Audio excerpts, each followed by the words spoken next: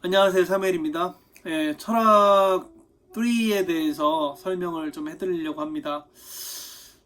철학 수업은 이제 저희가 4학기, 우리 꿈의학교 철학 수업은 이제 4학기 동안 배웁니다. 고1부터 시작해서 고3 마지막까지 배우는데, 이번에가 세 번째 시간이에요. 철학 3는 수업의 방향은 크게 두 가지입니다. 하나는 이제 현대의 문제들, 다양한 이슈들을 다루는 토론 수업이 하나 있고요. 두 번째는 서양 철학사를 배우는 건데, 토론 수업은 뭐 현대의 다양한 문제들을 다룹니다.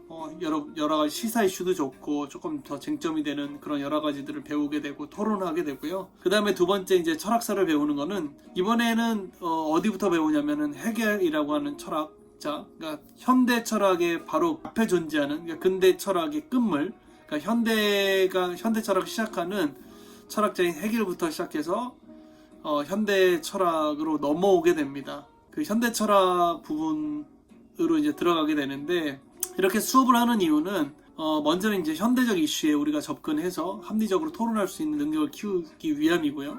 철학사를 배우는 이유는 아무래도 우리보다도 조금 더 위대한 그런 철학자들의 생각들을 접해봄으로써 그들의 생각이 옳은 건 뭐고 또 그른 것은 뭐고 또 우리가 전혀 생각하지 못했던 영역들은 무엇인지에 대해서 생각함으로써 우리 생각을 좀 넓히려고 하는 의도를 갖고 있습니다.